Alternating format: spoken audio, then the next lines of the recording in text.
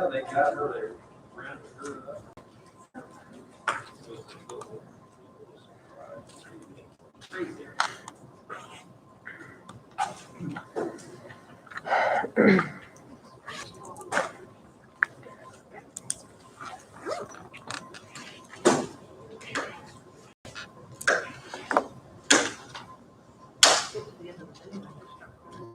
He said, by the way, he changed the batteries in that because it got left on.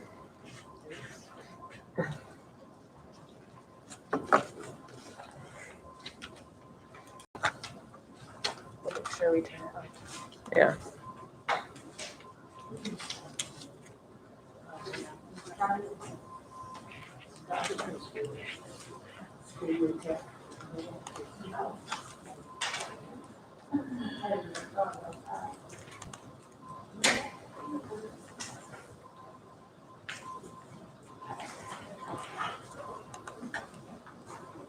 About that.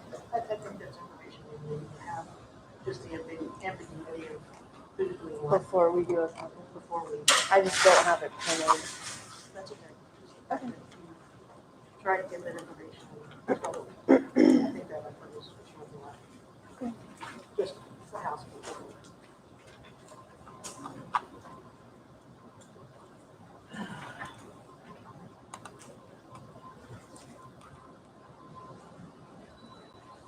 Billy, how's our new teachers looking this year? They're younger every year. Oh, we're older. You didn't say that. No, But they no, are. no. They're already doing this year. We had Yeah. So we get some that just look like, again, as I get older, I'm like, well, look at, that's a 15-year-old doing whatever. right. By the way, I heard this morning on the way to the commercial for Spangles, 15 and older can work there. Starting pay at $11 an hour. A 15-year-old making $11 an hour. A 15-year-old making 99-cent margarita. That's Does any of that surprise you? The lead into the commercial is our 99-cent margaritas are so popular, Yeah. we're hiring, We need some 13-year-olds in here older. slinging that baby. and we're gonna pay $11 an hour. Yeah. And I thought the same thing, you're using margaritas as a draw, and to-go margaritas sales being, robust scares me a little bit. Yeah. I still haven't figured out the legality of all of that. I haven't either, and I think it's just kind of a slippery slope there, I don't. Well, they can't fix it or handle it, just like at a grocery store. Yeah, I but go what and she's get talking some about beer. is just being able to put a margarita in a to-go cup. Yeah. Pick it up at the drive-thru, yeah. Right, yeah, that's the Like- one that's a head scratcher.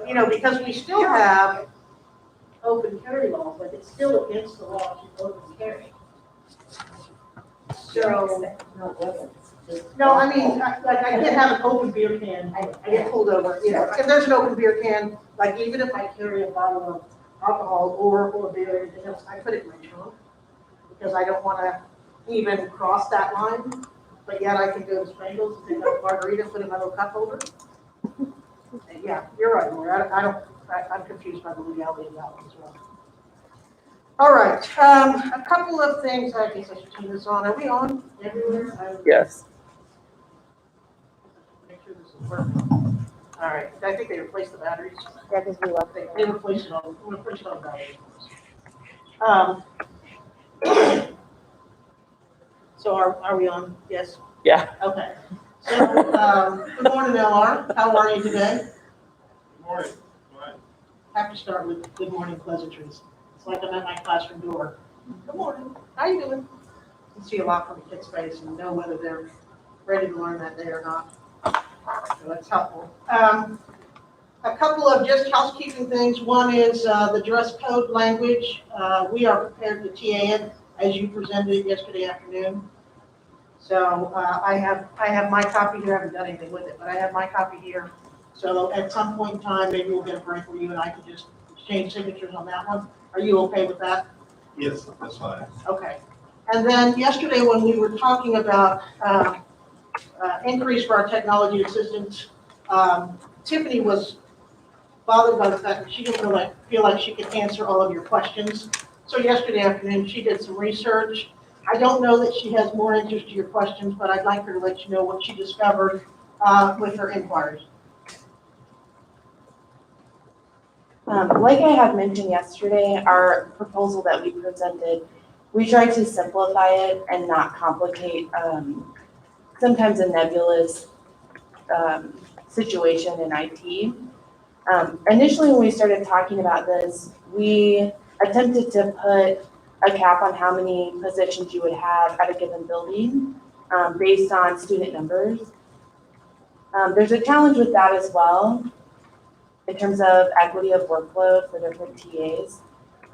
But we did receive a list of TAs per building for the 2020-2021 school year.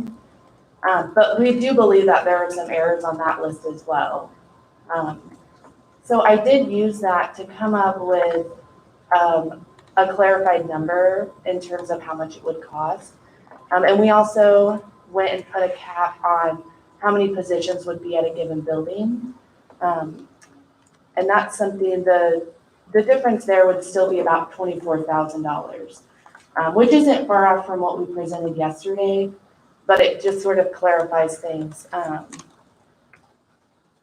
And with the student cap, what that does is it eliminates having too many TAs in a building that doesn't have very many students. We also have some administrative buildings that would still have one TA just because they don't have students. So their workload isn't necessarily as intense. So we do have sort of an updated proposal. The dollar amount doesn't change very much though. Another issue with the student cap is that we have numbers that are always changing. So the distinction between a small building and a larger building is something that could change according to enrollment numbers every year. So our number yesterday was 22.5, is that right? And our number today is Yes, it 24. was. Okay. Yeah, she pulled some strings and called some people and tried to get clarification on that. And moving forward, we could actually write a little bit more clear language over numbers and so on. With that, the next thing I have, and I don't know if Ms. Renberg could help me or if someone on the team could maybe inquire back at the board building. I'm still trying to get an idea on numbers of staff who have left and been hired. And so I know that on Monday, when I asked Ms. Renberg about how many had left in the 2020-2021 school year, we did not have accurate numbers. I wonder if we can find out as we, it's July 29th. So clearly there should be some information somewhere about how many have left, how many retired, because those are the people obviously that have been replaced. So what we'd like to know is how many left the district, and I'm just going to throw this inquiry out there. I even wrote it down on a piece of paper. I'll hand the Post-it note to you if you can give me that information. How many staff members left in 2021? Of the staff members who left, how many retired? How many have been hired for the 2021-2022 school year? And how many positions we still have open? We're all at buildings that are missing staff members yet, certified and classified. And of course, the district obviously is very aware of that, dealing with that as well. So with the startup of our year, less than a week away for us, we would like to know kind of where we stand as far as that goes. So just some questions over those numbers, numbers of staff members and numbers of people who left. That kind of cover it for us, you guys? Okay. And again, just information you can get to us later, information we'd like to have in our database. And we did get some information from you about that in the spring, but it is now, as I said, the end of July. So we'd kind of like to know where we stand now. Okay? All right. So we understand and we can get you those numbers. Okay. Thank you. Question about the TAs. You have a question? I have another concern about the TA situation. We've gotten a few emails from some of our constituents who have concerns about classified staff functioning as TAs. And we're just not 100% sure about that situation because it contradicts our goal here of advocating for certified staff when we have situations like that. So I'm not sure if that's information we can also get from you, whether TAs are, supposed to be strictly certified or classified staff are a part of that as well. And the purpose of that question would be for. It would impact the funding. If they're classified and they're not receiving the $1,000, that $24,000 estimate would be different because some of them don't receive that addenda. Or the full addenda amount.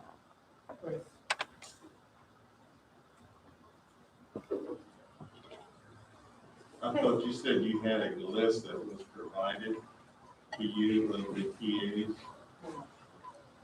I have a list of the 2020-2021 school year, but we believe that it's not totally accurate. But we do have classified staff members who are on this list. So that's also an impetus for our question. Well, since your proposal has to do with classified staff, certified staff, I would assume that your estimate as far as costs would pertain to your certified staff members. No, Right, it would be, that's the not. number that we're giving you is, I would speak. So when we look at the professional agreement, obviously it applies to certified personnel. We're struggling to come up with a dollar amount simply because we have classified staff as TAs. I'm not privy to information that where I can delineate exactly who's classified and who's certified. We just know of a couple of people who are on this list who are classified. Part of the issue is we can't give you an exact dollar amount of how much it would cost. And this list fluctuates every year. So we have a list for a year that isn't even accurate for that year. And that's simply due to the fact that this is ever changing. You have TAs who change, who are no longer TAs, who leave buildings. There's a lot of, it's just not a static list. So it's difficult to say, I have 4 classified staff on this list, because it's not something that.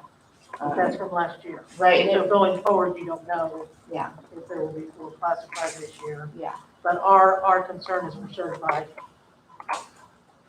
Right, I understand that. And Yes. it should be, what we'll do, since there is a mixture of the two groups, we'll take the cost that you have shared to be an approximate, rather than an accurate calculation on what that added cost would be.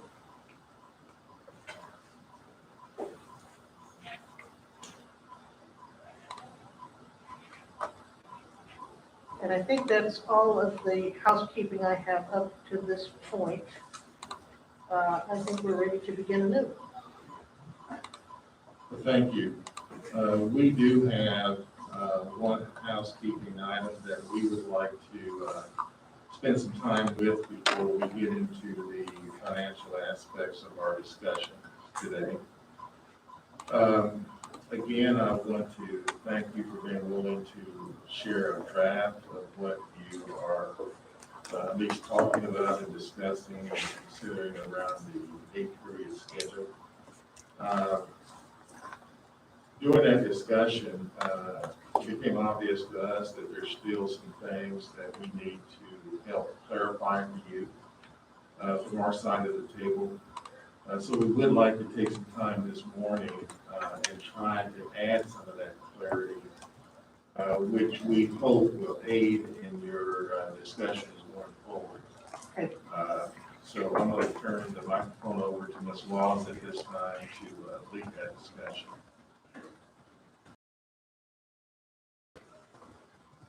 Documents, Billy.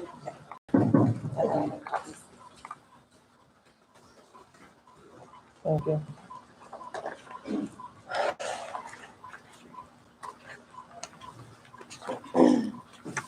Good morning.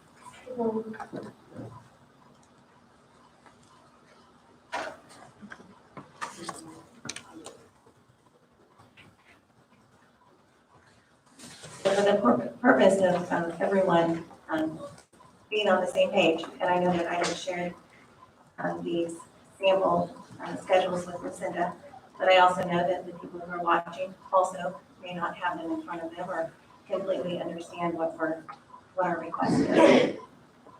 So we put together 3 possibilities. It's not to say that there couldn't be others, but these are all schedules that we have done in the past in State Public Schools. So the first one that we have is option number 1. And option number 1 has 3 skinny days and 2 blocks, very similar to what we currently do with a modified block, only with 8 periods, not 7. You can see at the bottom, there is a summary that all classes have 220 minutes and seminar 2 days a week for 35 minutes for a total of 70 minutes. I also want to point out that the start time and end time of your duty day, is not changed from schedule to schedule or from current practice to any of these schedules. The school day, your duty day or school day does not change. The number of minutes on duty for any teacher remains 8 hours. And then on the second option, it is a skinny Monday with an alternating block. And of course, that skinny day could be shifted to a Friday or any other day of the week. But it's essentially 1 skinny day and 4 block days. Again, a little summary at the bottom, that every class would have 215 minutes of instructional time. Seminar would be 4 days a week with 35 minutes, each totaling 140 minutes per week. And then option 3 is actually what we did several years ago, which is the alternating block. So you have a block schedule every day, and all classes have 425 minutes of instructional time bi-weekly, averaging about 212 minutes weekly, and seminar 35 minutes daily, for a total of 175 minutes weekly. So, and then also, you had asked for research yesterday. So I can tell you previous to doing this, we have looked at research, and you can find research on any side of the issue that you want to find. Right, exactly. Research on. I did just send you an article Okay. that was is dated April of 2021. It's the most recent article or research that I could find. Okay. I would also share with you that I have in front of me the middle school schedule, which is an 8-period day. I did share these with the team the other day, the schedules that you gave me, and I appreciate you bringing them out here in a more public setting. And I, like I said, I'm looking at the 8-period day, which is the middle school schedule. So we're trying to look at all avenues of this that we possibly can. So thank you for this information, the copies for the members of the team. I would also share with you that I know the concern that you raised yesterday or the day before around special education students and perhaps our EL students. So two things that have come up since then. One, in this article, it provides some data specifically on some of those subgroups, and the data is actually significantly more positive for those subgroups than it is for the average to above average student. Also, since then, I had a conversation with the principal, not about this, but just in general about scheduling and scheduling our struggling students into reading intervention and math intervention. And at the high school, with the 7-period day, when you have a struggling student who is in reading intervention and math intervention, they have no elective.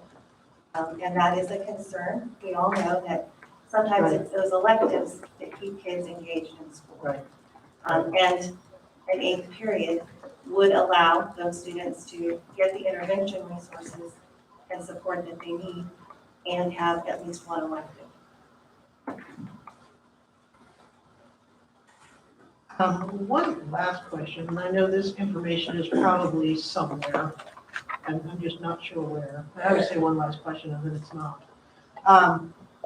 Do we have somewhere in the Topeka Public Schools archives the graduation rate year by year for?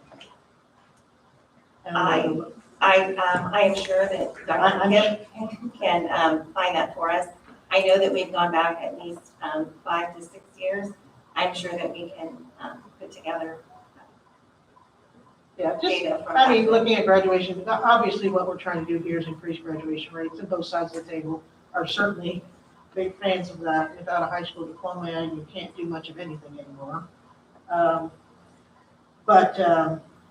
We, would like to be able to go back and at least have an idea of what the graduation rates were the last time we did this. I don't know that that's information that would make a difference one way or another, but, yeah, if we could go back, I don't know, 10 or 15 years, I know it's there. It's somewhere. So, Billy, anybody can access the Kansas Department of Education's website. Correct. That tracks that. You don't need us. You can go to the K-12 report generator, Kansas Department of Ed, to really grab that history at your fingertips. Right.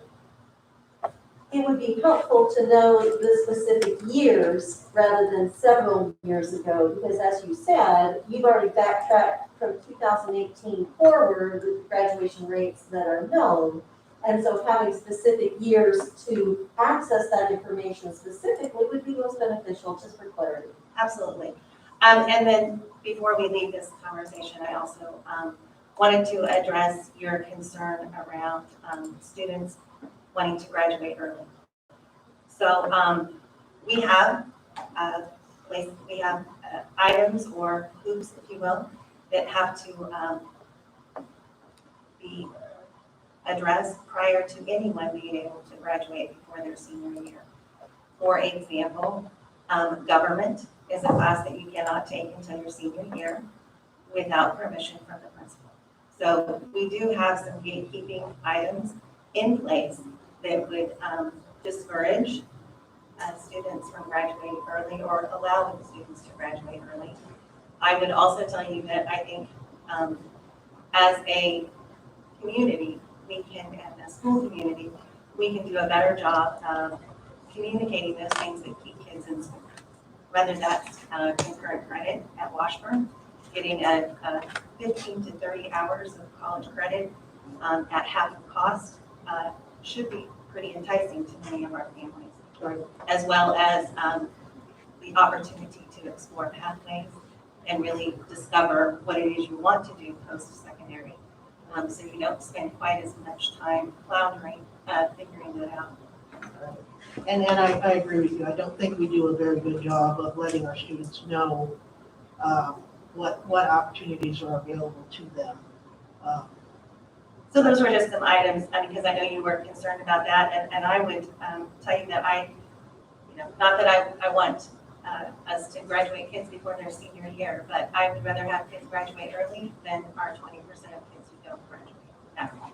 Just to clarify, Gary, that website only goes back to 2015. So if that data is prior to 2015, and it, by the best of my estimation, would be, unless there's somewhere else that I need to go, I would need that graduation rate from you all. I'm looking at 2009, 2010. Can you send me a link to that? Because the report Yeah. card that I use only goes back to 2015. Just the KSDE website. Yeah, I'm in the Kansas report card and mine only goes back to 2015. That's why I'm asking. Sure. Thank It's in you. the data central. Are you in data central? They moved all that stuff over there. I am not. Can you send me a link? Thank you. I also know that it was between 2011 and 2013 that we shifted away from an 8-period block schedule. And, you know, I'm gonna add one more thing, and this is just student-centered more than anything else. One of the things that Michelle shared, and maybe you can share that again, is that about some of the kids who go off campus, feel like they're missed out. This is just simply human nature, the social environment of the high school, and how important it is for kids. So one of the things that we appreciate are additional opportunities that our students wouldn't otherwise make. And so, If I you know. just like sit it flat. well, when I set it flat, it goes out. When I hold it up, it doesn't. So I'll just do Hold it this. It's okay. But I know that for our students, having these opportunities is wonderful and enriching. The consternation that arises with scheduling and time management, which is always an issue for anyone, not just teenagers, is aligning schedules so that, as we have heard, they get the best bang for their buck. And with TCALC opportunities, which our students love when it is something that gels, they're sitting in a library waiting you. for transportation instead of taking a class during that time. And so it actually reduces the number of classes that they could take during a day where they stay in one building. So there's a pro and a con with that. That is why I raised that question yesterday of what would this do for our TCALC and Washburn Tech students who want to get these additional opportunities, but then when they find out that it changes and is quite problematic with a master schedule that's locked, what they can take, what they want to take, and what they have to take, that is the consternation of throwing in another hour on top of that to balance out somewhere in the day and what they might gain versus lose. And then what I would tell you is I did hear you say that yesterday, and it is an issue that I intend to follow up on. I would say that is a scheduling, either a busing or a scheduling issue that we need to problem solve. And that should not negate us offering those opportunities to kids. We should troubleshoot and problem solve so that we don't have students sitting in a library. And I'm happy to help do that. But that should not dissuade us from providing those opportunities to our students or changing a schedule. We need to be able to figure out how we work within that and use kids' minutes to their best advantage. And one last clarification, I know we had this, when we talked, the schedules that you shared with us today all fit with the off-site scheduling necessary for kids at Washburn Tech or TCALC. Correct, and I think that one of the other beauties of this is that it provides some flexibility from school to school. So what we're not suggesting we pick one of these. We're suggesting that we move to an 8 period schedule and allow schools some flexibility. Because all of these schedules fit together. So any one of these schedules will work with WIT or TCALC or with one another as we have more courses that we're doing through distance learning or through, offering it at one building and students being able to access that from other places. Thank you. Any other questions?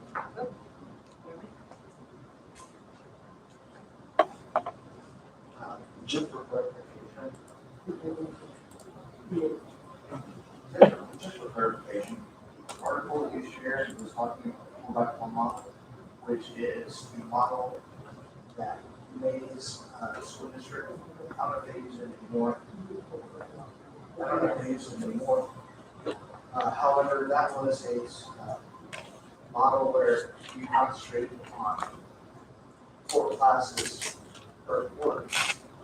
So I'm not real sure if I fully understand the connection.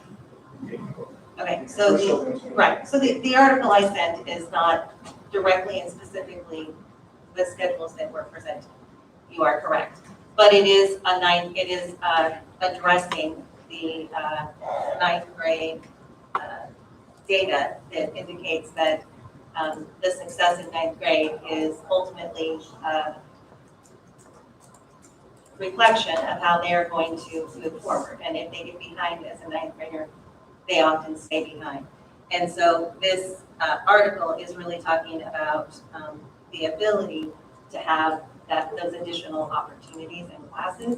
And I understand that it does not, it's not addressing this, but it is a 4x4 model.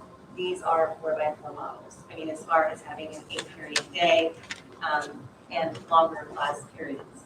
So you're right, there's not a direct correlation. When you look at research, almost every model that is researched looks a little bit different. Which I would share is why we are advocating for that 2-year and sunset, so that we can collect our own research and our own data on how it works in specific schools.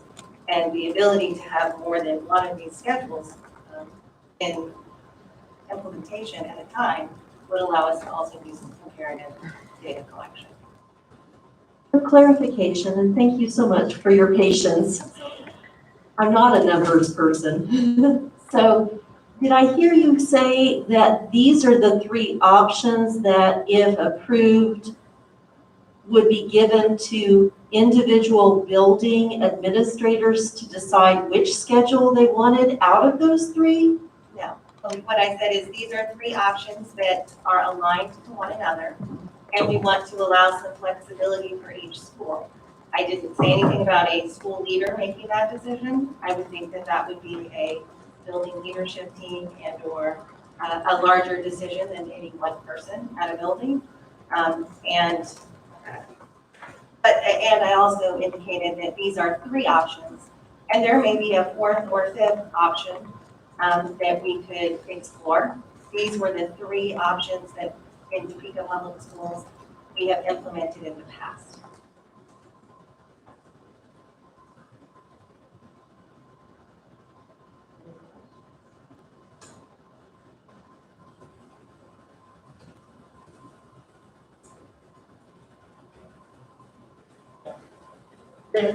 We've had some problems in the past where different high schools were on different schedules, moving kids from one point to another, and also kids who transfer from one high school to another. So what you're referring to.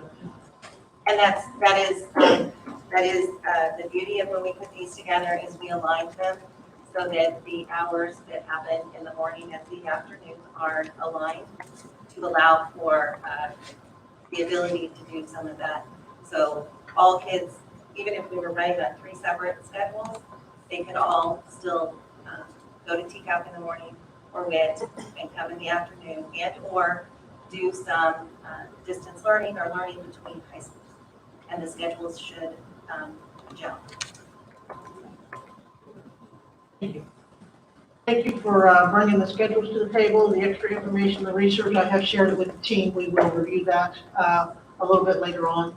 So I appreciate that you came back with that new information. Of course, we'll continue to review all of the different options that we have in front of us. Okay.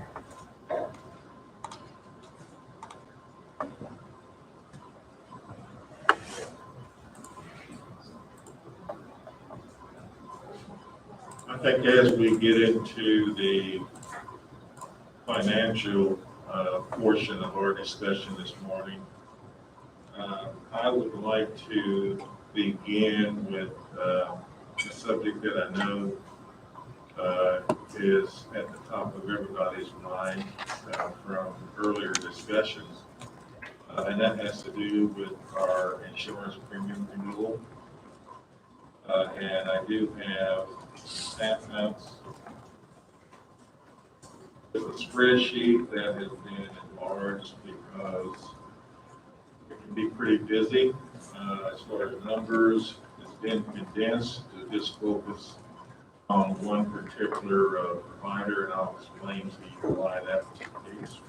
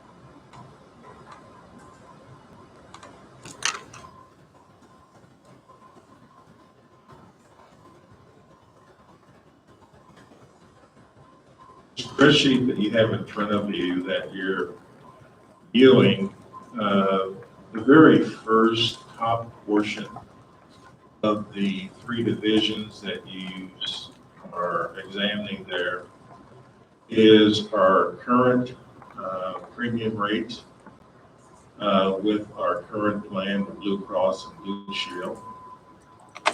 The current, and you see the FI there for Blue Cross and Blue Shield rates. That stands for fully insured, which is what our plan. As we went out and looked at different options for this year, the only option that was fully insured that was presented by Blue Cross and Blue Shield, because as a rule, it is not as cost effective as being self-insured. Self-insured is an option that we really expected that we would be basically given quite a bit of consideration to. The fully insured rates during the RFP process, if you look over in the far right-hand column in green, the difference from current, and look at the difference, that would be the employee paid difference from the current plan to the new premiums that were quoted by Blue Cross and Blue Shield. For us to stay on not only a fully insured plan, but also one that had the same benefit structure and coverages that we currently have. So there was no change in coverage, with the exception of adding a fourth option, which is the option 4 that is there under the fully insured rates that were quoted. Blue Cross and Blue Shield, if you look at the difference from current, you see that they did come down some from the sheet that I passed out to you earlier, which was supposed to be their final draft proposal. That was the final draft proposal that was presented to the district.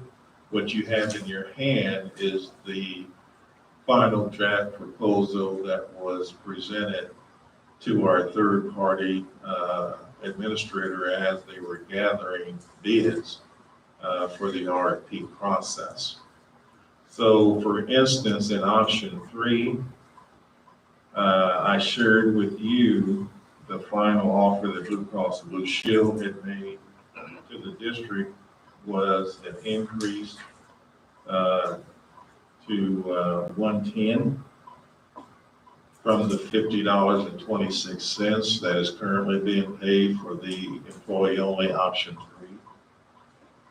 When we did the RFP, the Blue Cross and Blue Shield submittal was down to a difference of $97.70 per month for employee-only health plan. And you can see so forth and so on as far as the option 1, option 2, and also the difference when it comes to employee plus children, employee plus spouse, or family coverage.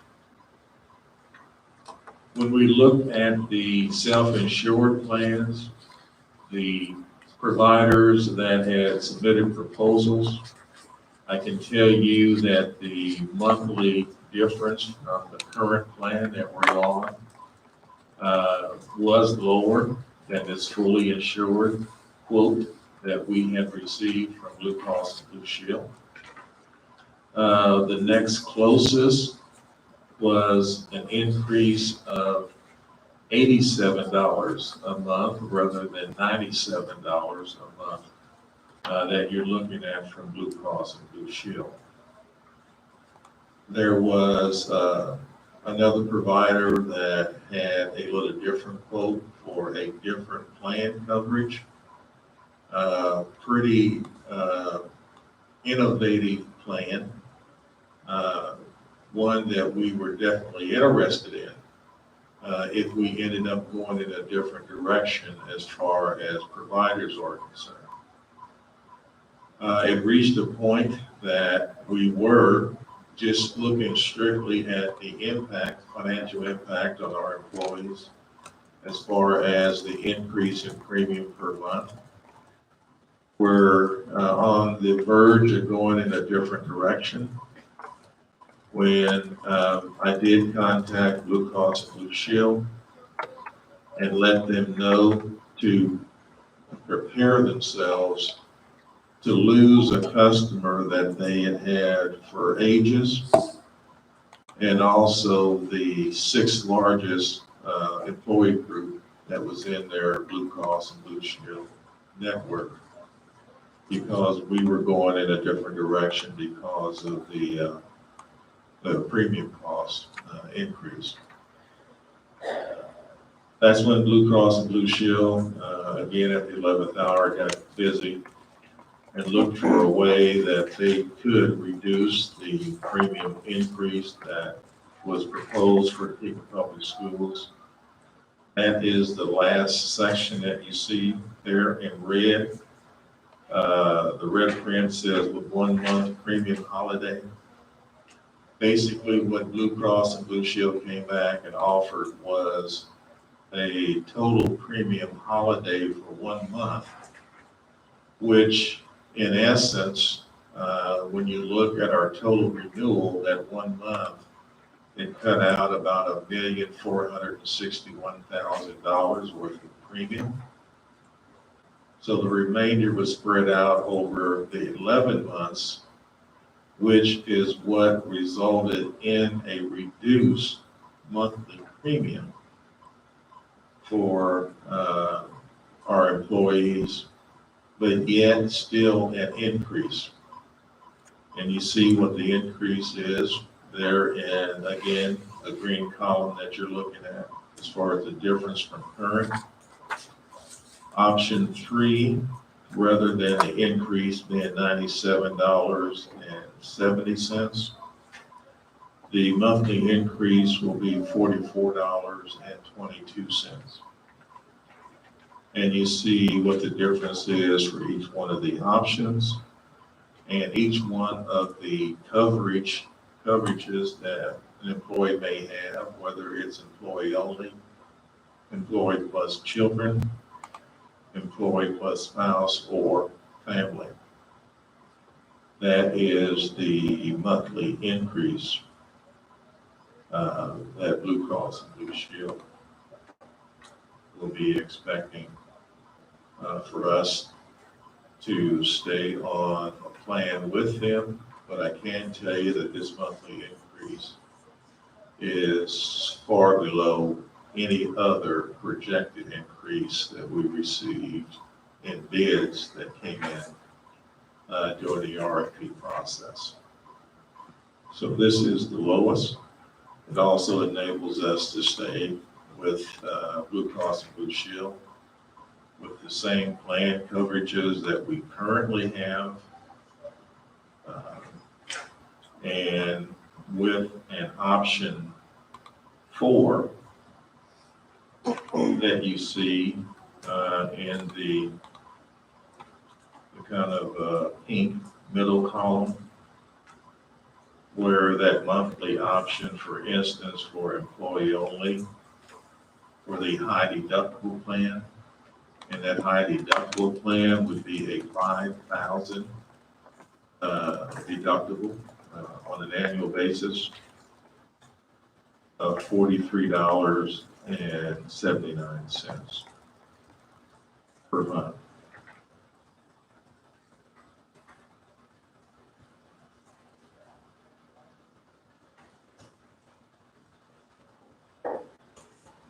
Any questions on the vehicle? Just a real quick question. I don't know that I wrote this down, Michelle probably did. You said that most of our employees go for option 3 or option C. Yes. I think you said something like 90% of them go for.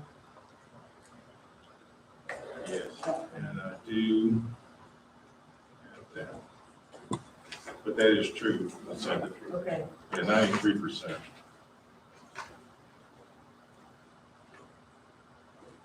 Do we have the other one? Of single plan, 93%. Of option C,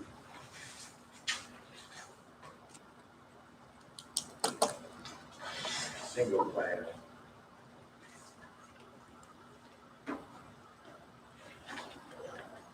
You're just referencing option C in total. Yeah, Is that well, your I was just asking, LR had said the other day that a good percentage of our employees, like somewhere around 90%, Picking a chose single, option 3, pick a single plan. single plan. Yes, Okay. that's the 93%. Okay. Yeah, I know a lot of our single moms or single parents, I don't want to be, we have men who are single parents as well, choose the employee only and then just choose an independent insurance because of the cost of that. I mean, we can all see that the cost of employee children is quite high. So it's about 52% of the contracts with Cinda are in that option C, which has the lowest deductible, or highest deductible, lowest premium. Right. Yeah. And Just to then, kind of give you an idea of how that compares, I did find my sheet. Of the option 3 or option C, as is noted on our plan, there's about 1,012 employee only. Employee only, when it comes to option B, is 490. Option A, employee only, is 436. But then we also have a number that have employee plus child, employee plus spouse, and a few that have the total family coverage also.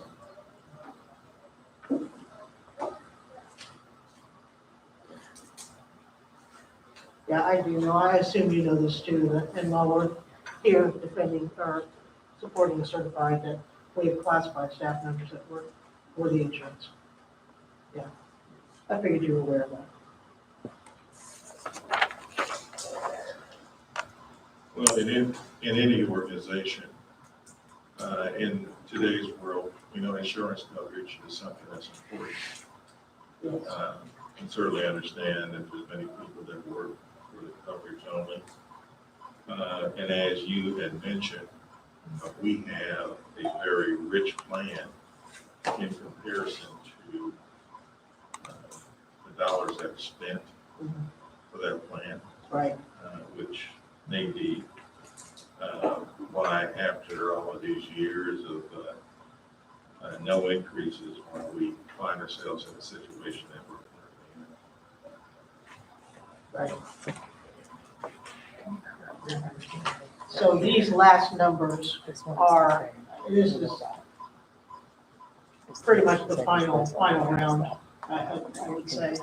I like the quality of the plan. Right. There's no plan It's the difference. final round as far as the quotes that have come in from our insurance carrier. And it's also the very best available. Whether we're looking at our current carrier or competition. Right. We just have a quick question. We just want to clarify if the difference between the rate that's listed in the middle and the revised rate, that plan is exactly the same, which I'm assuming it is. I didn't think you just said. Yes, Our coverage, I actually wrote down that our benefit structure and the plan stays the same. it is the same when you look at the three options, whether it's option A, B, or C, or in this sheet, option 1, 2, or 3. The coverage is the same. But remember, I mentioned about a fourth option being added, Yes. which was a high deductible. And that does have a difference in the coverage because you're going to pay out of pocket, for services until you reach your deductible limit. Unless it is preventative care. Okay. Or if it's prescription drug, there's a different level of copay Right. for those prescription drugs. Other than that, yes, Tiffany, the plans, coverages stay the same. And I believe we asked yesterday, but what does the district pay toward unemployees health fund? $493.82.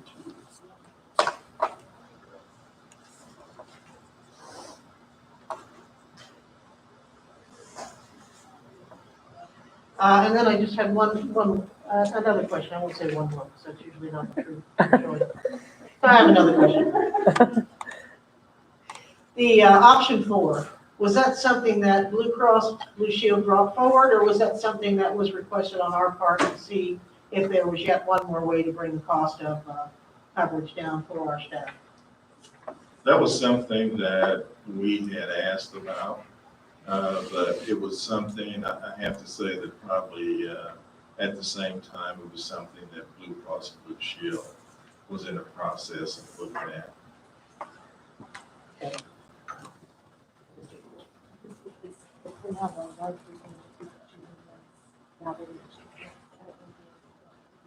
And we won't do it. Yeah, they're just concerned that with the, people will look at the dollars and cents, and some of those who are already choosing option 3, which is low, will switch over to option 4 without being aware of the changes in coverage. Not that it's huge, you're right, it's a $5,000 deductible, they should be able to do that, but the difference in copay for prescription drugs. And I believe you said the other day, it's kind of a plan designed for the young, out of college. And I think to offset the prescription drug costs on any of these plans, our go-to is TRIO, to see if we can get help in that area. So I have 2 questions. Maria wasn't listening, but to clarify. Can she use the 1 month mic? premium holiday. Lucinda, can you just sit in Oh, I talk So we, loud. so we can. It's hard for them to hear in the Okay. library. Okay, so, But you have to set it loud. oh, There we go. the 1 month premium holiday, can you explain that to me again? That means that for 1 month, we don't pay a premium, we don't pay, The district doesn't, the employee does. The employee still pays. okay, They're not charging the district for the premium. If I remember correctly, we didn't pay administrative costs. Yeah, but what happens is we don't, It's still, it's a pay me now, pay me later. I mean, it helps us as far as the monthly premium for this year, but Our portion then is calculated on 11 months. yes. It's not the chew. So From what I money, understand- money don't leave the bank in October. So like this current year, but our premium, that we just divided the total amount based on who we're covering in 11 months. Okay. And then also, that 1 month holiday doesn't preclude those dollars from when they look at renewal. When they come back and look at renewal next year, they're gonna count the experience in October. So if we have a $1.8 million claims month in October, that doesn't mean they're not gonna add that into their analysis for what our rate looks like next year. It's not a just get off scot-free. Right, okay. Does that make sense? We just Yes, kick it the does. can down the road. Down the road, if and when. I got you. We keep hoping for that year. We have a really, really great year. This could be it. Let's You never know. do something, a rain dance. You want to? You gotta see what I do for a snow day. Okay. Let's see, I also have a or if anybody wants to use an example, is there anybody across the table that is on one of the plans? I'm on option two. You're on option 2. Option two, employee only.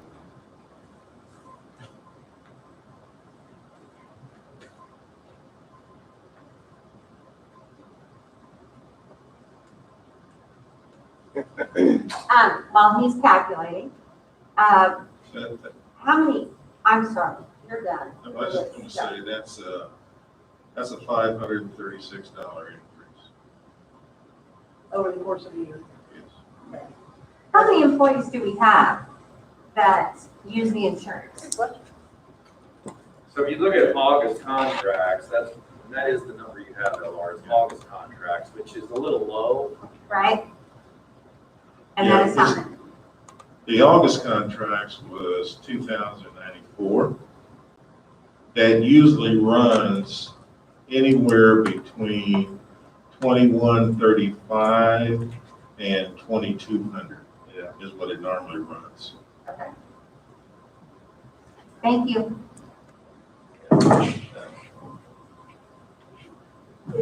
August contracts for 2020, 2021. Okay? Yeah, we pay your premium for August and July. Let me say hour.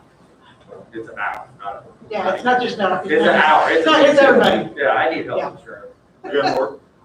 We all do. You got more questions coming? No, I don't think so. We'll, of course, take time to digest this information, but, thank you again for the updated information. And for the record, we do appreciate that you shared early with us where we were at, and then were able to give us an updated number. I believe I'm not sure. when we met with Blue Cross Blue Shield several years ago, we were struggling. I believe they said that we've been with them at that point in time like 75 years. So we do have some history with Blue Cross Blue Shield. Oh, he's not through. Uh-oh. All right. I'm still talking. It's my disability, what I tell the kids.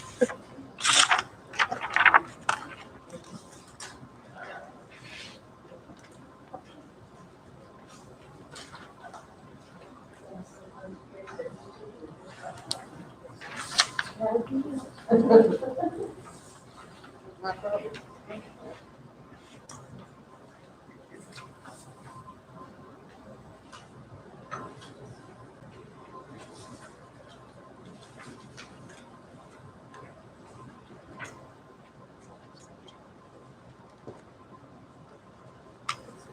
Well, no, because Part of our proposal that's, I think it's what we're gonna look at.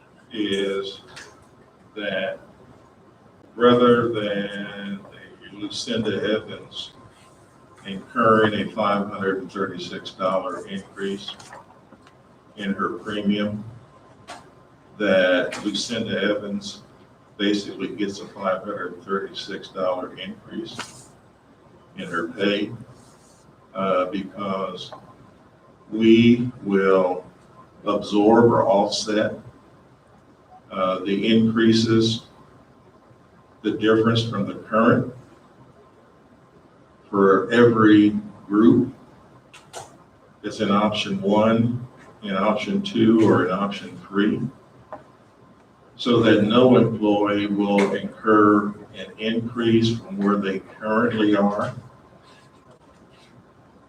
as far as their monthly premium costs for health care. The new option that is being made available, the high deductible plan that is part of option 4, or it would be option D, the way we normally list it. That premium would be offset to the point that if you selected option D or option 4, as you see listed there, it would be at no cost to the employee, for the employee only. And if a person has the employee plus children coverage, or employee plus spouse or family under option 4, if you notice the annual, or I should say the premium, the monthly premium for the option 4 for employee only, if you notice over there in the left-hand gray column, is $537.61. We are going to pay the $537.61 toward that. In the case of the employee plus children, we will subtract that from the $594.54 or the $660.92 or the family rate of $12.11. We would subtract the $537.61 from, but the employee would be responsible for the difference. So understanding correctly, the district is offering to go from $493.82 to $537.61 for all employees. No. No, No. that's only if you go to option 4. Yes.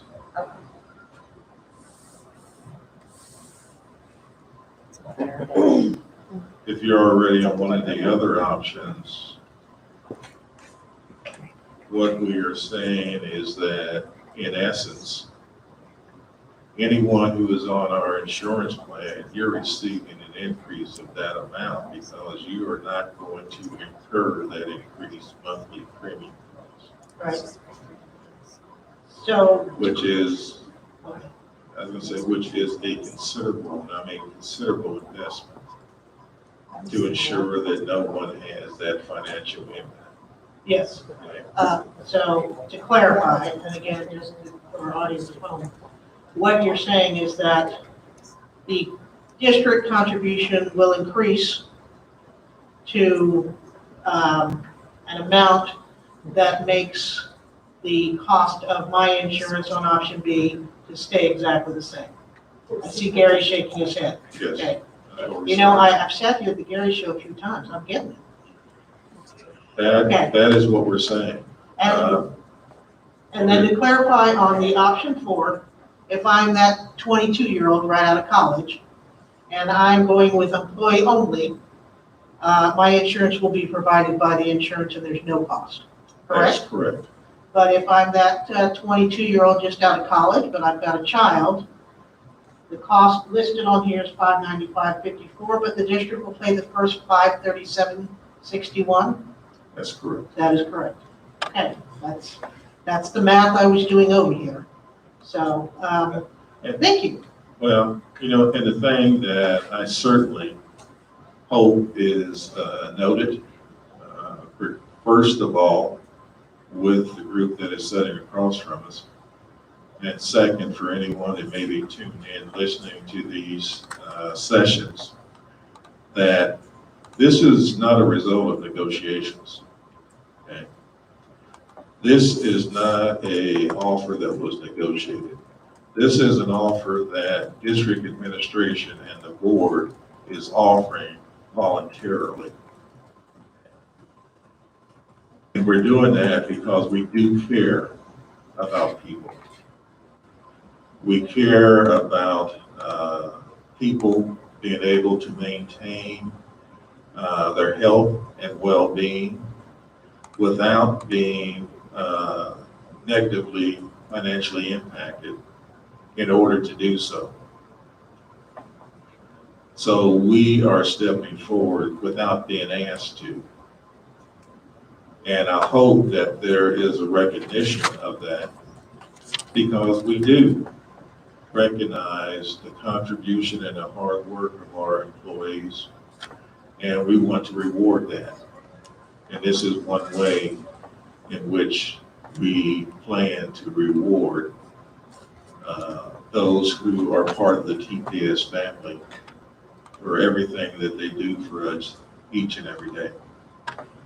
And I recognize that this is a huge move, and I do appreciate it. The words you shared yesterday about how you value what we do and how teachers have never been paid enough and maybe someday will, this is certainly a step in that direction. I listened, I paid attention, I hear what you're saying, and as I will say for myself, and I think I speak for the team, thank you. That's a huge step, and we do appreciate this step forward in recognizing that in order for us to continue to do the good work we do, we've taken one worry off of our shoulders. And I do appreciate that. And I hope that the people listening understand, that's why I clarified your words. I hope the people listening understand what step you just took forward for us. And we do appreciate it. I'm sitting here as an adult, but if I was in my room, I'd be. But I'm not. Me and the kids would be celebrating. Thank you very much. Any questions on the We part? appreciate that. We're here as 6 representatives of the district administration and board. So that appreciation and thank you, I know extends back to each and every individual that was involved in making this happen. So we'll make sure that we convey that thank you and that appreciation to each one of those board members. And I think And they also will hear our from district some administration. of us as well. Teachers do that. We send notes. Thank you. I just emphasize too, because you had hit right the 493.82, and the board is going to absorb whatever increase to where what you paid last year is what you paid this year, but it's not going to be uniform, that dollar amount, because as you get in the employee spouse or employee child or family, in health insurance, it's almost punitive to have a child or family because the rates are higher. So it's not 493.82 across the page, because we wanted to make sure that employee child, employee spouse and family, their rates stay the same. The idea was the equity, just to keep all of our rates at where they were last year, with the board taking up any difference. But it really is interesting with employee child and family that, I don't know, for me, sometimes it looks like a disincentive to have families anymore, that have family insurance. Yeah. And that's not just here. No, It's that's across the board, That's it's across the board, insurance, yeah, it is, the state of Kansas does a lot of things to try and help out families where they can, but there is a point in time where it's not possible, and so we appreciate that you've extended that helping hand across the table for our employees, because we do come from all walks of life and are dealing with all different kinds of things, so that kind of financial help and support not only takes a load off of everyone's shoulders, but as we move forward and talk about possible increase in pay, it actually becomes an increase in pay. instead of a loss because of the cost of insurance. So, thank you, again, thank you on behalf of our team. Well, at this point, we'd like to take a short break. Okay. You want to go ahead and sign this, let's get this code P signed. Sounds good. How long do you want to break for? Because I'm about the point where I need a break as well. How about 15 minutes? Yeah, it's 10:12, let's come back at 10:30. Sounds good. Thank you.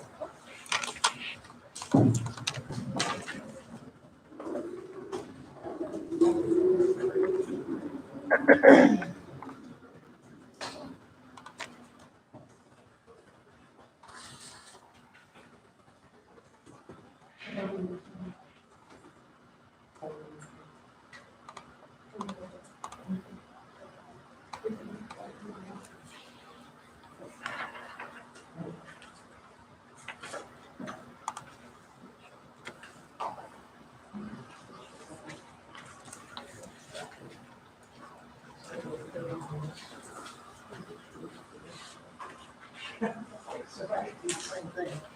But the one that gets me is that faded and crossed out, so I mean, that's the one. I'll let this one.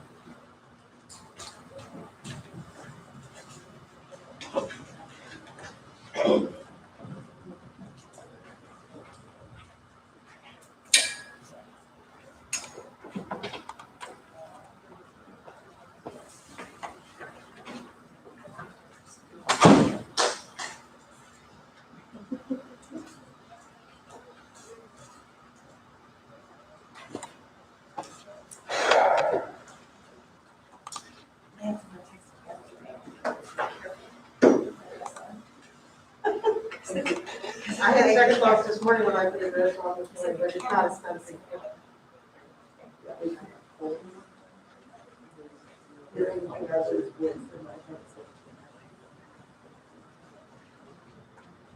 It's so hard, I don't want to wear it. Like the kids. The girls on the playground, will wear shorts and wear people's skirt, but the shirts on this, I got there's no requirement. I use these, more dress like shirts and stuff. Yeah. Yeah, yes.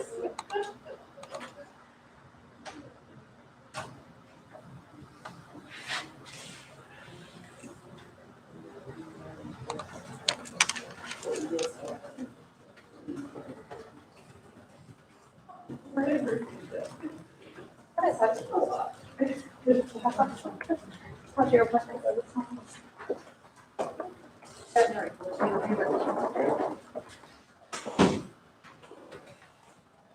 Is 111 open over there?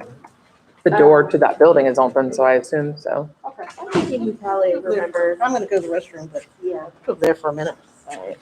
Just, you know, get it off camera.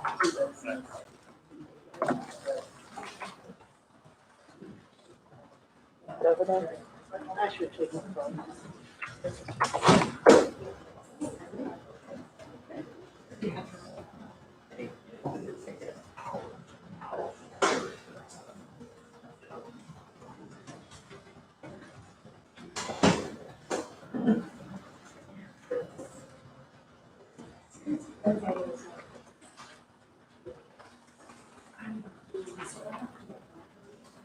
Yeah,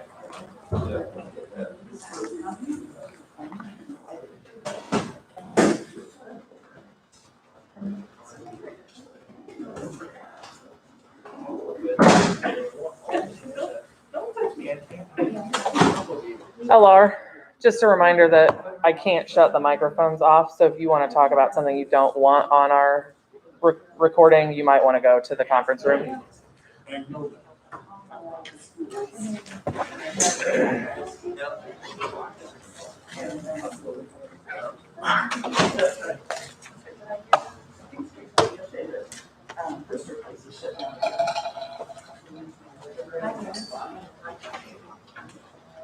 Well, and that's, yeah, I'm really nervous because we were taking the rules and this week.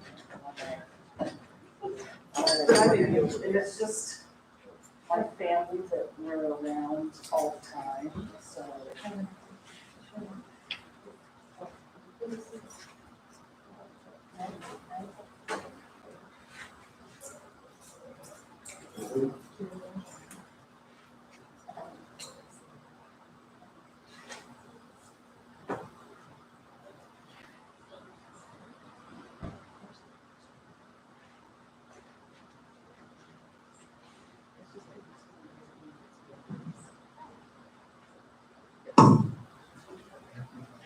Are we moving in here or We're not focusing, we're just breaking. okay.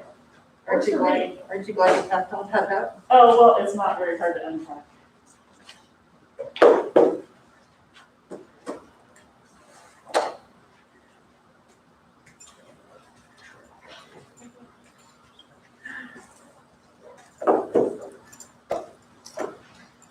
Not very hard.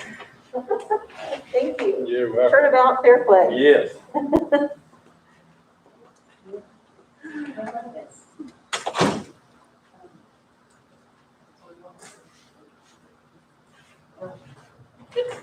Besides, it's very comfortable. It has pockets.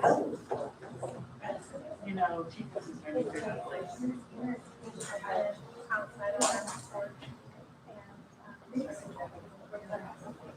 Right, right. Do you have fake or are they stitched together? Those are fake, okay. I was gonna say. Like, you're Yes. right about why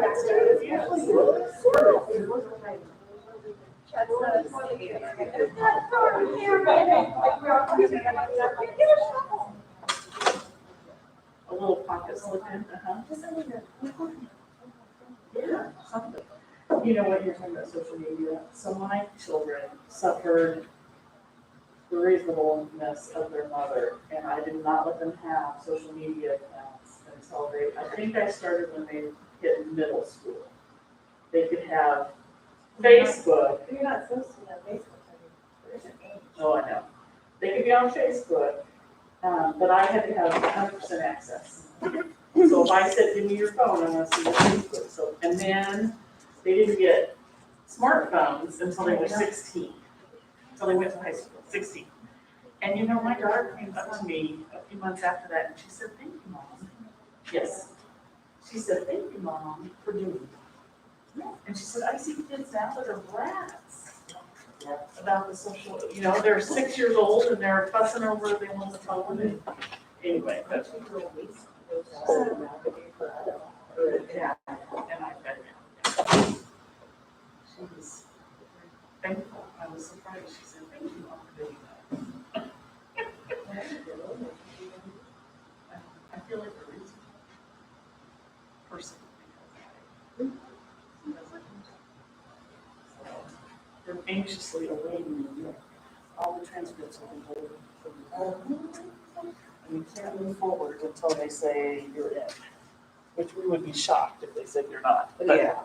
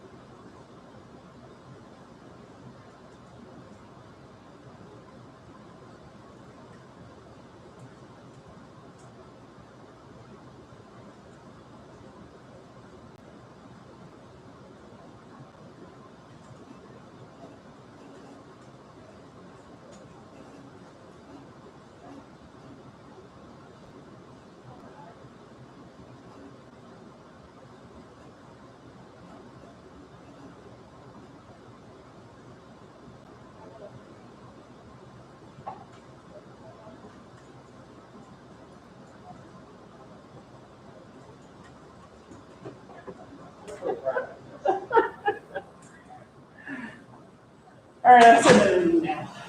Get some work done while I'm here.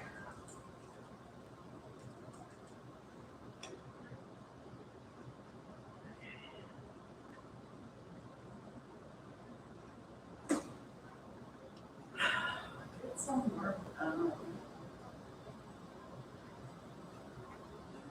I'm kind of excited. Well, it's bad, but I'm kind of happy that things are going crap because I lost my excuse of when my husband said, hey, let's have friends over or something. And now I'm getting it. Oh, no. Yeah. I kind of like, I'm like you, I'm an introvert to the point that during the day I have to be. Yep. So I go So home true. exhausted. Well, that's the thing is I feel so lucky. Be a person that all really. Yes. And so, yeah, this week has been. And then the sun is really, people shut down. You can't get away from people and stuff. He didn't get asked to spend the night a lot because he was, by 9 o'clock it's time to bed or I'm going to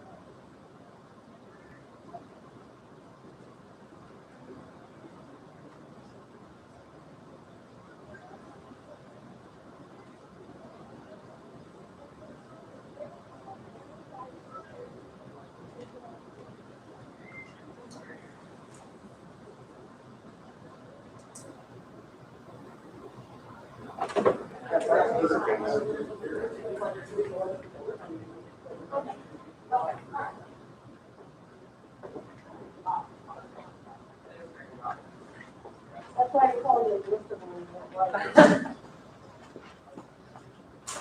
my son is 11, right? He's done with water balloon fights. Every year we've done with his birthday. Actually, it's in Cancel. Don't you? I almost clicked the wrong thing.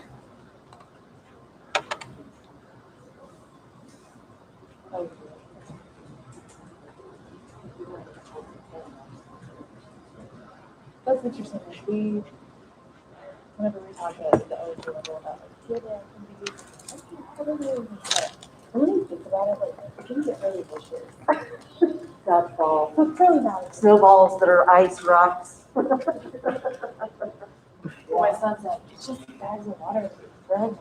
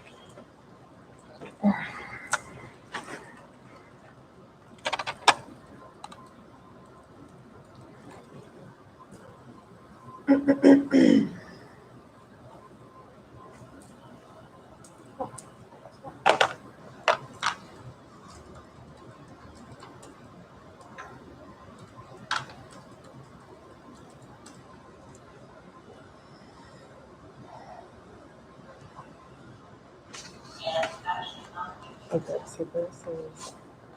Is there an app, or like if I take a picture of my notes with my phone and upload it as a PDF, is there something that I could use that just, it plugs it in faster than you just, I'm a fast typist, because I am old enough, I took typewriting. My Rocketbook will do it, but you didn't take your notes in my Rocketbook. Yeah, what's your Rocketbook? What Is are you that like trying a to do? Kindle What are thing? you wanting to Oh, do? I've just been taking hand copy notes. I didn't know Oh, what a just take it. Why Rocketbook don't you is. just take a? Are you asking to have? She wanted them I'm to be gonna type it up. converted I'm to gonna a. type it up, and I just wondered if I took a picture with my phone and There- uploaded that yeah, as a that's just PDF. really cool. Those different numbers. What's a Rocketbook? I It's don't know what that is. a reusable notebook where you take notes And and you screenshot it and it uploads it, and then it uses what it knows about my handwriting to make it to type like actual Super text. But you can cool. also just save a picture of the image or whatever too if you want. yeah, like if you just take a picture and upload it, and if it's doesn't have to be right. Oh, no, I'll type it, because I'm OCD, that'll bother me. And I Yeah. use abbreviations that other people might get confused with, Yeah. so. But I just was curious, I was like, I'm sure there's something. And a Rocketbook, is that something that is a device then that is? It looks like a little notebook, but the papers are more plasticky. I Uh-huh. think that's something. And do you use a stylus for it, or? No, you have to use a certain kind of pen, and then mine is the one that you use water to wipe it off. But there's one I guess you microwave. That's a thing. Holy what? I think it's like an upcoming technology. Like for They give it to the Innovative Academy people in the district. The district provides one to them. That's how I learned about it. Oh. But it's kind of cool because you set it up so, like it's an app on my phone, but you set it up so that when I check the code, there's like jewels at the bottom, and you check the one you want, and that tells the program which folder to put it in. So it can like email it to me, it can send it to my Google Drive somewhere, but I have it set up like some for work and some for personal. So then it depends on what I'm doing, depends on what which thing I check, and it sends it to that I want automatically for me. to pilot that for debate. Oh my gosh, flowing on those? Yeah, it's very super cool. I've used it a lot this summer. Huh. I'm gonna be asking about that next week. Do we have any in our building? Because we have students that go to TCAL. I want one. Tori? But no, I was just thinking about how I could teach my debaters how to flow on that. And that would be so much easier to work with. You have an Android or an iPhone? I have Android. Google Handwriting Input. Okay, cool. It's an Android-only app which translates scribbles directly on screen as you write. Huh. Cool. Here's a message. There's also a thing called Nebo, Nebo. That's what I've heard of that one, but I haven't looked at it. I just heard somebody said something about it. I said, I didn't know what it was all about. Here's a message for you.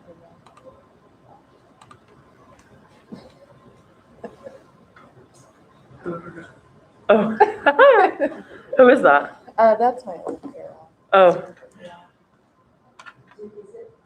She's going back to school, but she's gonna be a sub-parent.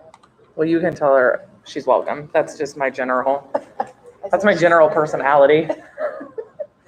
For all those listening at home, saltiness is my general personality.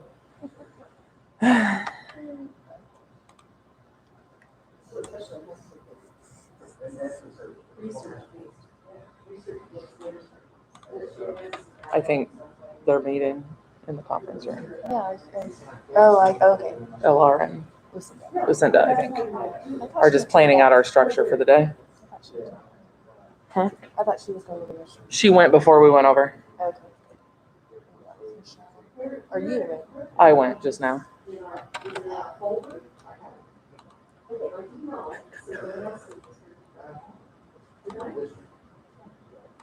Okay, that's why I didn't look.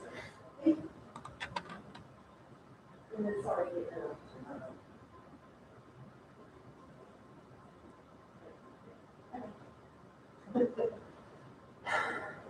Yeah.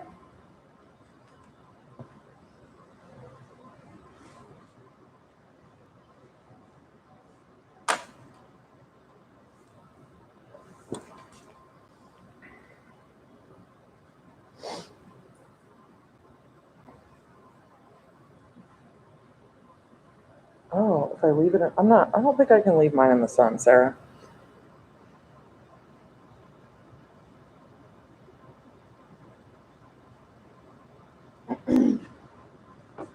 People are now texting me about Rocketbook. Can we get a paid, what is that? A subscription. No, when endorsement or whatever. Like Sponsored. I'm shouting it out to our followers. We need one. Right.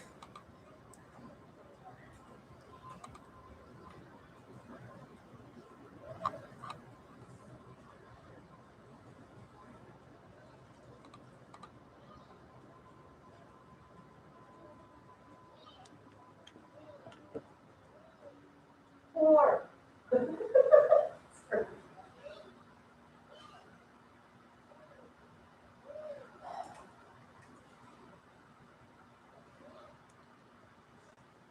That's funny. Okay. So somebody said that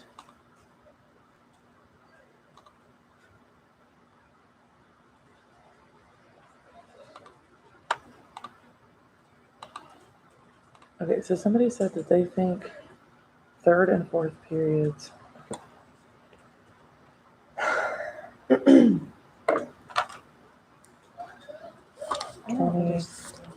45. Okay. 45,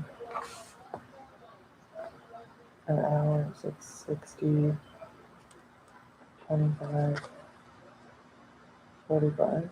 Okay, and then fourth.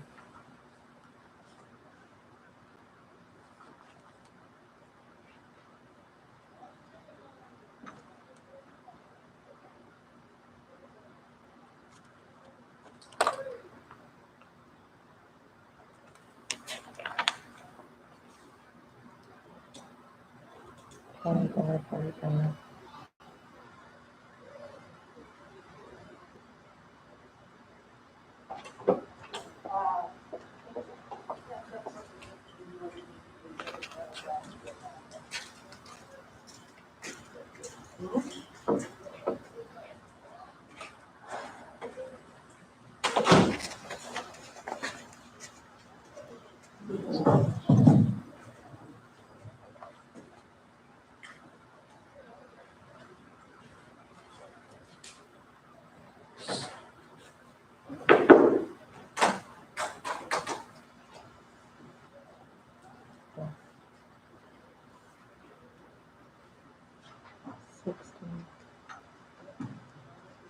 Before we move on, we did have a couple of questions about the TRIA healthcare. I think Brenda's gonna take the lead on that one. I'll just come down there. That's probably easier.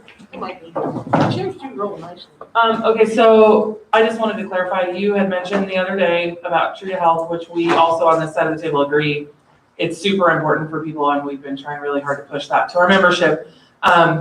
You said that Blue Cross and Blue Shield covered the cost of that program for the first year, which I think anyone who sat in on the presentation was made aware of that. Do you know then, does that cost now roll over to be our responsibility, Blue Cross and Blue Shield's responsibility? That's question one. I do know that with the renewal offer, that TRIA is still a part of that from Blue Cross and Blue Shield. Do we know how much that cost us to become a part of that, or are they still covering that cost in full? They're still covering the cost. So it's not a part of our As far as increase? I know, Okay. it's not part of any cost that we're going to incur. Okay, awesome. Thank you so much.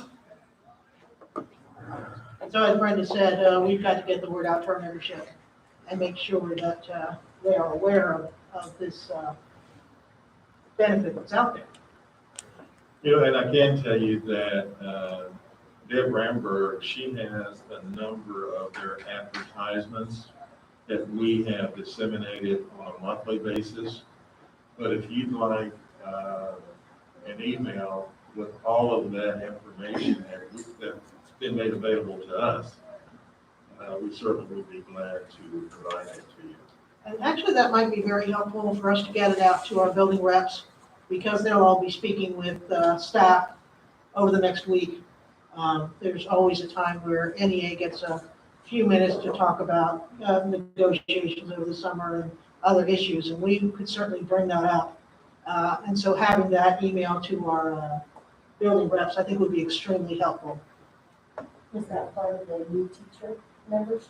Probably is part of the new teacher, but the veterans need to hear it. And have, I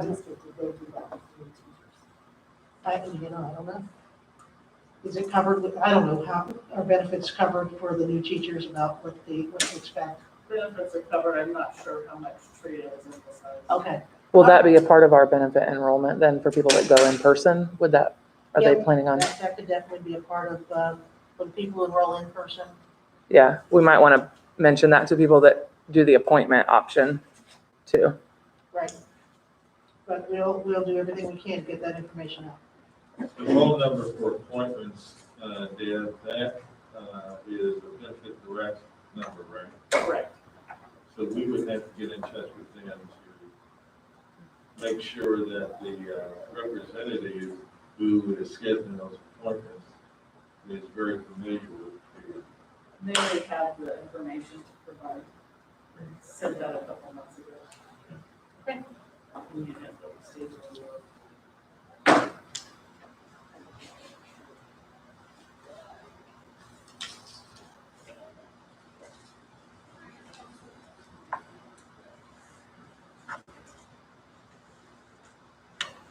Any other questions? No, no other questions.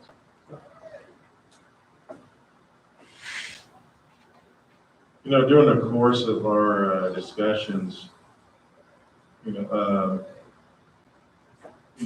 has been a mention on more than one occasions about evidence and about data.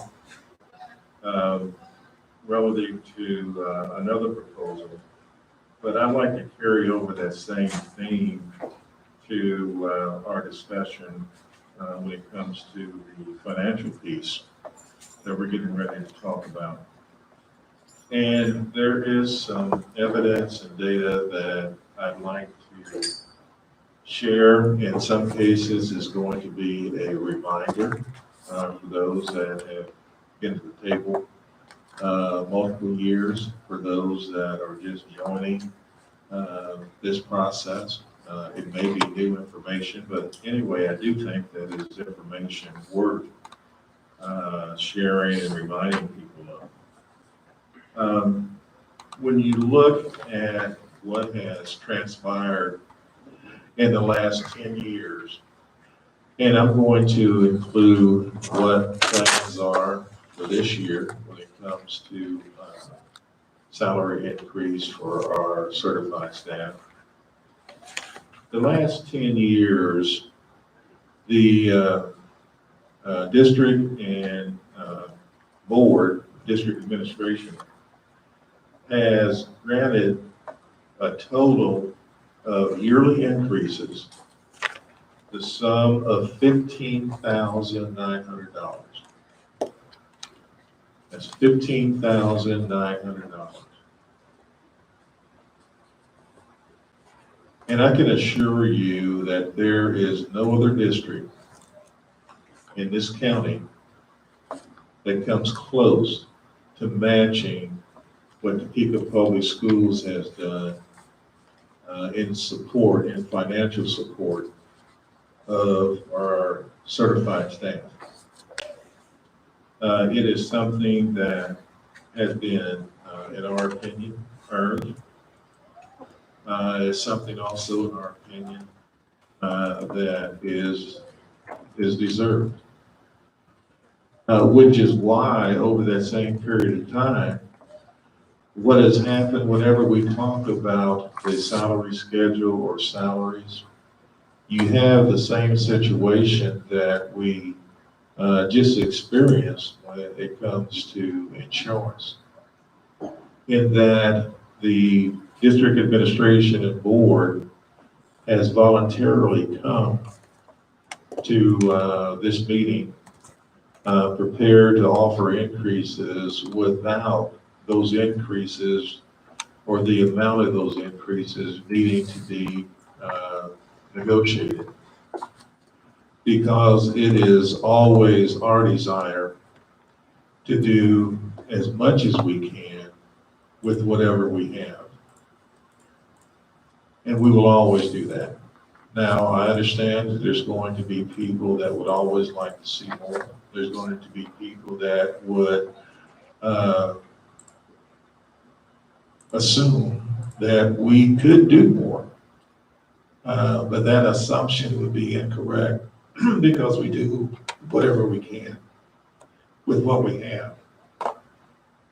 You heard a presentation to begin these discussions by Gary Benke, who shared and painted the picture of what we are faced with financially as a district, all because of declining enrollment. And this is something that has happened year over year for the past few years. And I want to share notes that I shared last year in this same session when we looked at our budget. And the same thing is true this year. The only thing that has changed is the numbers. I shared that fiscal year 21 general fund budget is $236,591 less than the fiscal year 20 budget. The fiscal year 21 LOB budget, $572,561 less than the fiscal year 20 LOB budget. The legal max last year, we estimated to come in less $794,251. And this was at a time when the base state aid per pupil increased to $45.69 from $44.36. The information that Mr. Minky shared earlier painted a similar picture. Our budget is going to be lower this year than it was in fiscal year 21. As I said, it has been that way for a number of years, but in each one of those years, we have managed to come to these discussions with dollars that we're willing to pass along as a salary increase. I know that there are districts that have not been in the same financial straits that we have, that part of their compensation were one-time lump sum bonuses. We have not resorted to one-time lump sum bonuses in that period of time. We have let the salaries continue to build year on top of year. And we have managed through some very strict financial discipline in our district and in our buildings to be able to squeeze out dollars so that we can recognize and reward our certified staff for the job that they do. And we're going to continue to do that for as long as we can. But there needs to be an understanding that with each year, that becomes more and more difficult to accomplish. What we did with the insurance, as far as offsetting those increases, we estimate that that is going to be a hit of about $1.5 to $2 million in order to make that happen.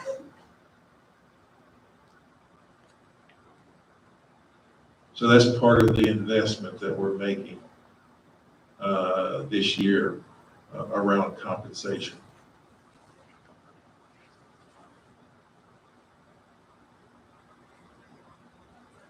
And we're prepared to make an additional contribution to that compensation. Now I'll pass out sheets.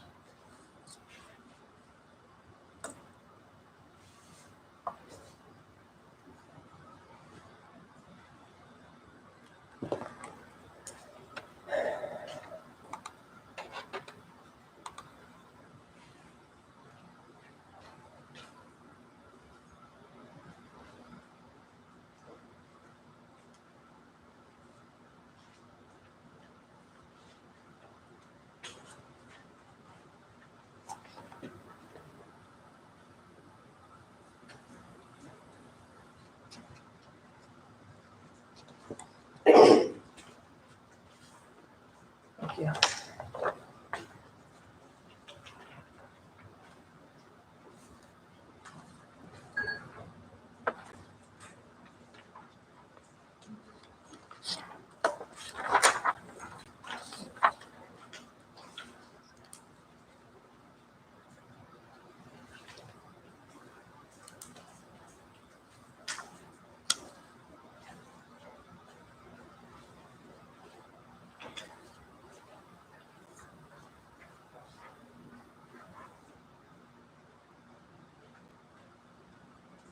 Despite those financial challenges, we did not think that we would be able to reach the number that we did. But we're very pleased to be able to sit here and say on top of what we're doing with our health insurance, that we are offering for our certified staff an increase to the base of $1,000 and step movement for a total of $1,500, which is the same amount that we did last year. We're able to do that under much more difficult circumstances than last year, but we were able to do that nonetheless. That $1,500 increase, when it comes to certified staff, based on our calculations, because of it also adding to the starting base salary, which is used in many cases to calculate the addendas that many staff members receive, that really the average increase for a certified staff member, we are calculating to be approximately $1,662.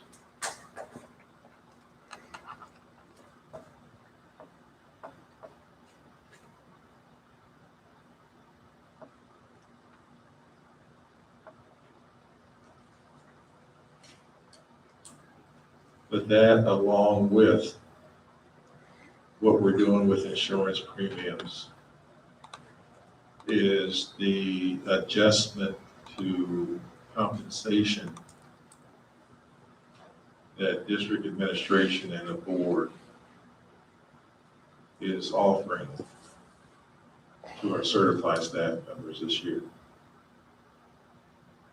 Any questions or comments?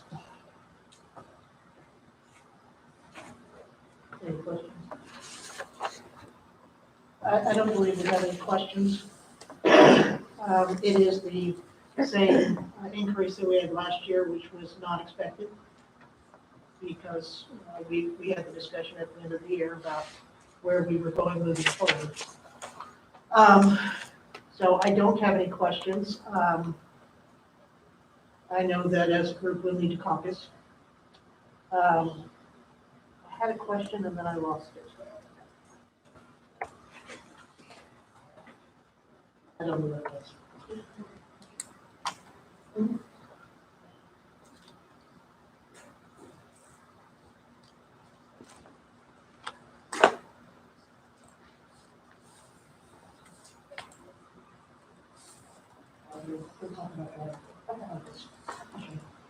Jeremy, did you have a question? That's for you. Right?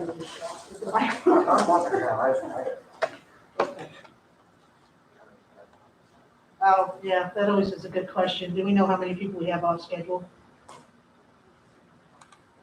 Yeah, I throw these numbers at you, I look over at this random. Do you know how many we have off schedule? No, isn't that part of the information that we sent to you? Probably is, yeah.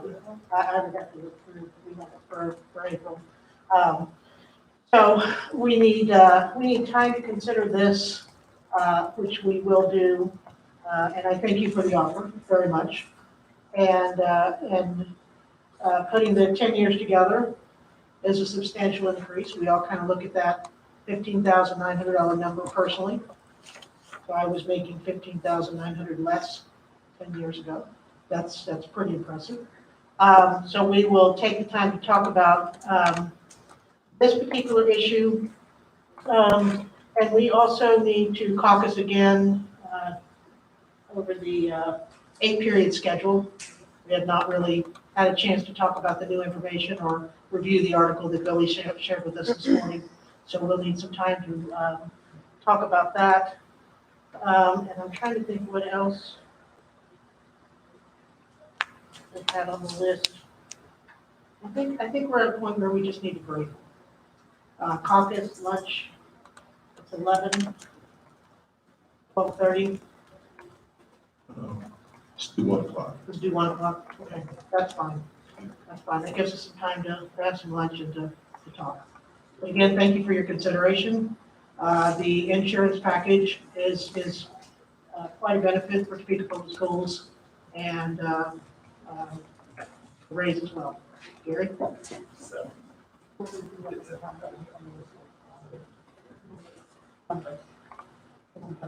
Oh, I would give, yes.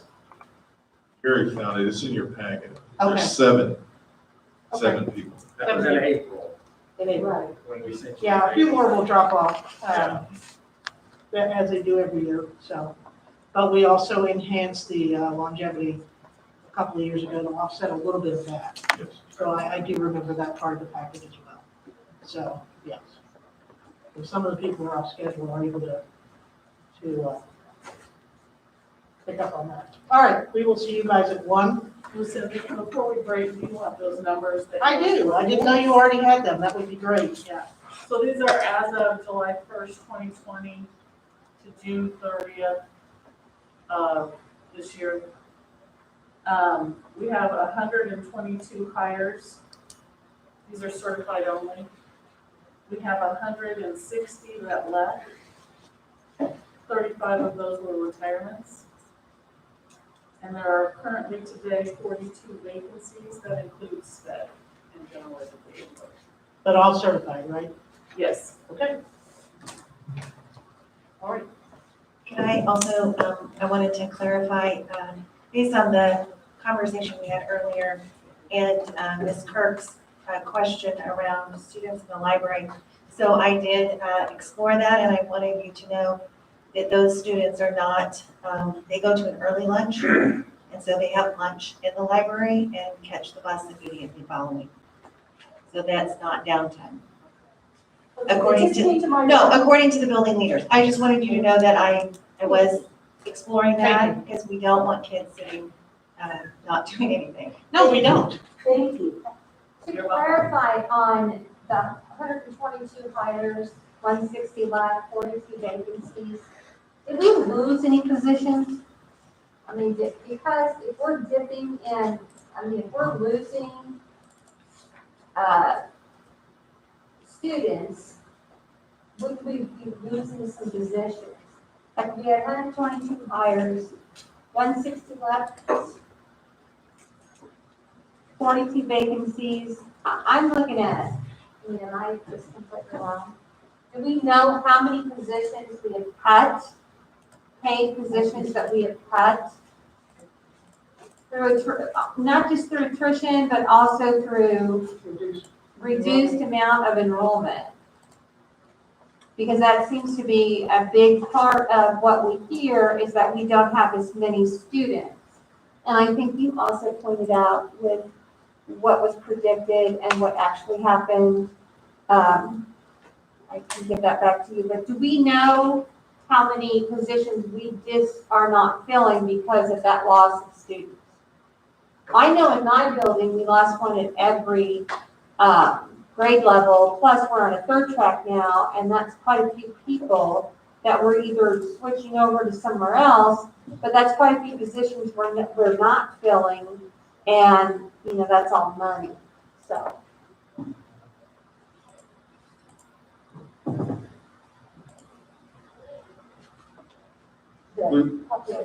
I can tell you that we really don't know how many, because Deb will tell you that they have been tasked with being able to come up with count. I do know that we haven't ripped anyone. No, it's just been through attrition and it's just been through transfers and putting them in different positions, but I still am wondering, how many positions did we lose? If we're looking at how many students we lose, how many positions did we lose, and the cost for that, the savings for that? There really isn't savings. There may be savings in terms of general fund dollars, but we have people that have just been moved to other account scripts. So they're still basically on the district payroll. we had a lot, so your building may have lost positions, but some buildings gained positions. So it was an amazing amount of transferring of FTE, so it is hard to determine. I might have to go through 3 different transfers or 4 different transfers before I can determine if someone left and there's a savings there. So it is very challenging, and I'm not sure we'll ever really be able to come up with a truly accurate picture, just because, your building is one Right, situation. And but I there's- sit here and think when we're losing 200 students, does that mean the loss of some people? I mean, not, some that we just don't fill, or we just, through attrition, with 3 people leaving that we fill. But that still means a loss of position. It should, I'll answer that way, it should. But if you ask what that number is, I can tell you that today, we cannot give you a number, Okay? okay? But at some point in time, we should have a number because I am expecting to have a number. Okay. But some kind of speculation, I guess. We look at the numbers constantly. And what she was talking about, I've sat here at the table for 3 years now and have gotten much better at the Gary Menke show. Understanding the financial piece of what it takes to run a district this size, and understand also that predictions have to be made based on student loss. Last year, we sat here at the table and the predicted student loss was 733, and the actual was 565. So predicted a little bit high, but fortunately, we didn't lose that many. The prediction of lost students for this year, last year's document was 280, this year's document is 211. Still a prediction, so it's a number it's a moving target, if you will. We don't know. But there are some years that were off. Right, that some years, obviously you have to predict in a way that allows you to write the budget, but we're just tracking those numbers as well. We also know that some positions are being filled out of necessity by long-term subs right now, which is not a contracted employee. So we are aware of that as well. And that's not something that the district wants to do, and that's really not something that we like to have in our buildings, but that is our reality right now as we compete with other districts to hire teachers. That's what we do. So we've taken some steps today towards making a payroll and benefits package attractive enough to make us competitive, at least in the county.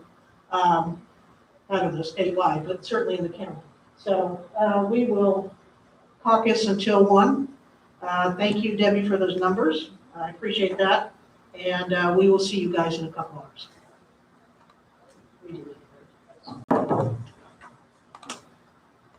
I don't think we're talking about lunch at all, but we'll go over the one.